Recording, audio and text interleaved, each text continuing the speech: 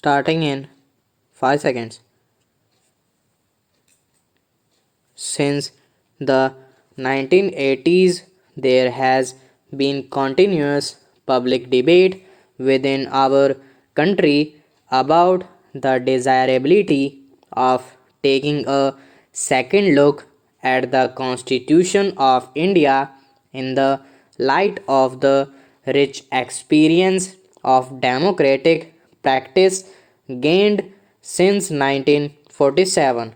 This debate has acquired a new urgency in recent years, partly because of the instability in apex politics and partly also because legal experts, individual politicians, and organized political groups within the country feel the need for some changes in our system of governance to render it more efficient and open to popular participation.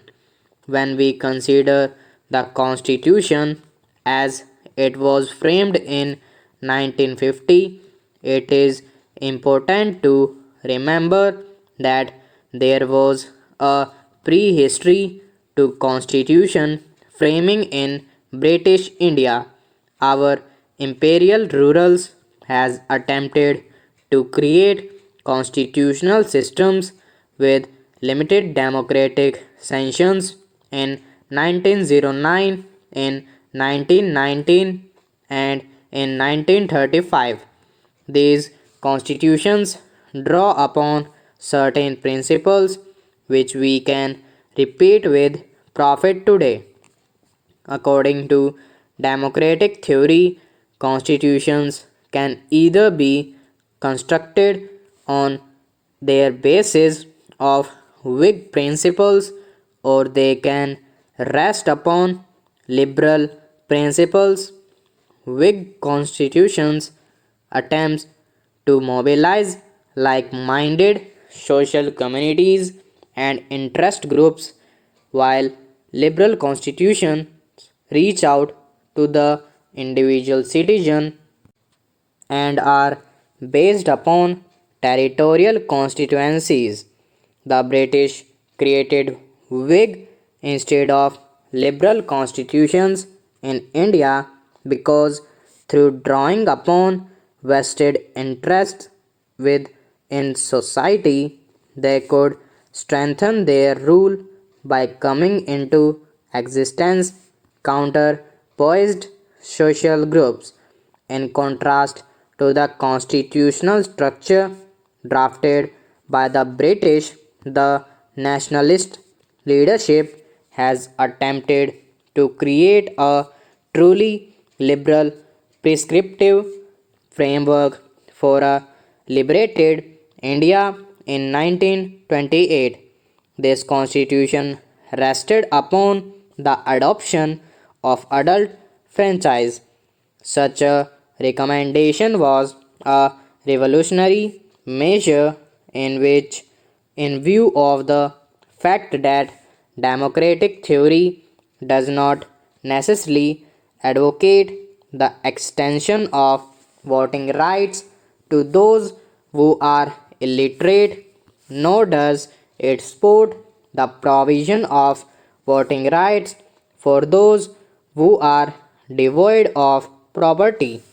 Needless to say, in the period in question, the majority of Indians did not satisfy either of these conditions.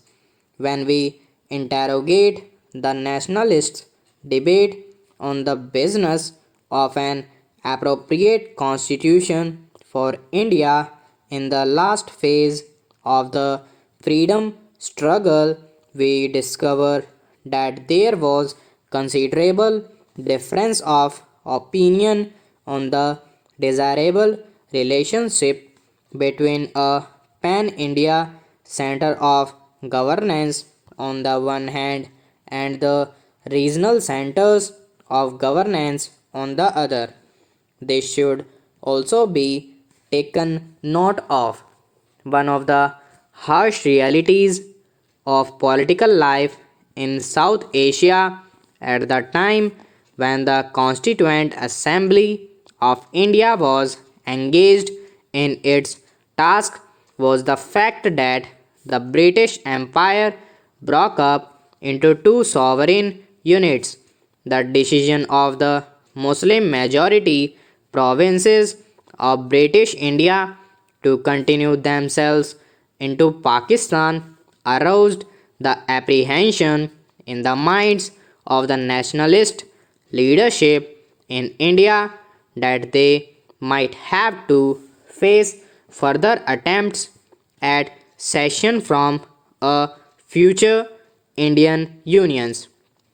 As a result of this apprehension, the Gandhian notion of a truly decentralized and federal India did not receive the serious attention in the debate on the constitution which otherwise deserved.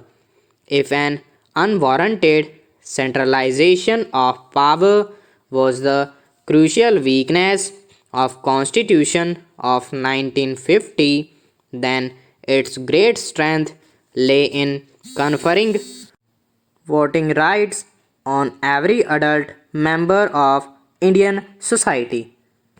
Indeed, it would be no exaggeration to assert the exercise of the right to vote by the citizens of India has more than anything else sustained the republic over the past 6 decades. As we dwell upon the provision of the Indian Constitution from the vantage point of the late 1990s, we cannot but be struck by the wisdom and the courage with which the founding fathers of the nation laid down the rules by which democratic practice in the country was to be shaped. Let us consider the question of the presidential form of governance which enjoys sport in some circles today. The framers of the Constitution were acutely conscious of the fact that they were devising rules and procedures designed to shape liberal practice in a very diverse and highly plural society. Indeed, so diverse are the social constituents of our nation that it is difficult to imagine that a president, even one elected directly on the basis of adult franchise, could represent the rich diversity and infinite variety of Indian society. As against this, the so called Westminster model, with provision for a broad based cabinet headed by a prime minister, all drawn from an elected legislature, provides a much more appropriate and resilient mechanism for the governance of a highly plural society. It is widely believed among that the first past the poll system puts a heavy premium upon political stability in a society. This is brought about by giving a majority in the legislature to a political party even when the number of votes it receives may be less than half the total number of votes cast. This may not be very healthy stability. Stop.